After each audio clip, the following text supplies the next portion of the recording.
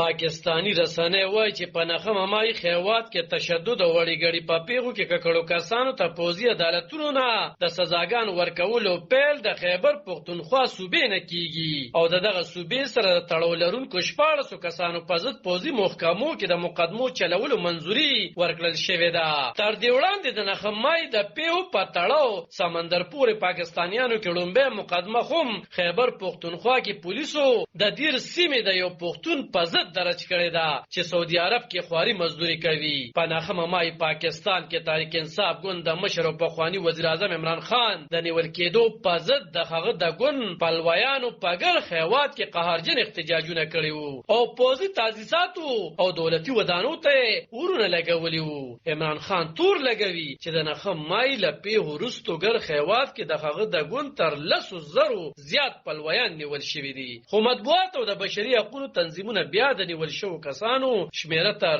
4.5 ښایي. د متحده قومونو د انساني حقوقو د دفتر هیومن رائټس افیس یو مشر ولکر ټرک د پاکستان په دې اراده تشویش څرګند کړي چې د پخوانی وزیر اعظم عمران خان د گرفتاری خلاف احتجاجونو کې په پوځي او حکومتي اساسو حملو کې بغکړو کسانو به په پوځي عدالتونو کې مقدمې چلول کیږي. د چهارشنبه په شورو پرواز د پاکستان ګڼ شمېر رسنیو د سرکاري چارواکو لخغې خلی ویلي چې خیبر پختونخوا کې د نیول شوو کسانو کاروي به د 1400 کسانو په ضد پوځي محکمو کې مقدمې چلول کیږي چې هغه کې د 14 کسانو تعلق د مردان سیمې سره دی. په دغه کسانو تور دي چې د رقم مای په احتجاجونو کې په مردان کې د کرنل شیر خان او نورو ملي اتلانو د مجسمو سپکاوي کړي دي. د مردان د کوم 14 کسانو مقدمې چې په پوځي محکمو کې پرمخ وړل کیږي پاکستانی رسنیو د خغوی نمونه رحمت الله، عدنان، شاکر الله، سید عالم او یاسر نواز خودلې دي.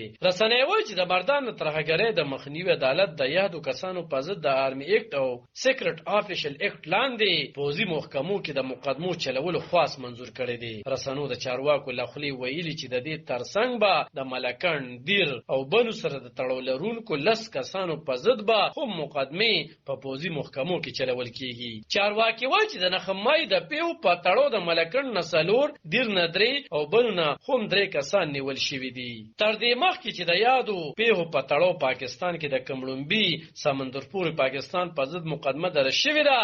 هم د دیر د سیمې یو پښتون دی چې دا مخال په سعودي عرب کې مزدوري کوي. د سید ولی شاه په نوم دغه سمندرپوري پاکستانی په ضد د پیښور شرقي تاڼه کې مقدمه در شوی ده چې پکې په هغه د ترهګرۍ د خلکو دراپارولو او پولیسو ته د غواخونو کولو ترڅنګ اته بلابل د پی لګول شوی دي. د متحده قومونو نه علاوه امنسټي او زینو نور نړیوالو تنظیمونو هم پاکستان کې په صورتحال تشویش څرګند کړي او مجوزه پوځي عدالتونو مخالفت یې کړی دی. عالم خان شیرپو دلبر نیو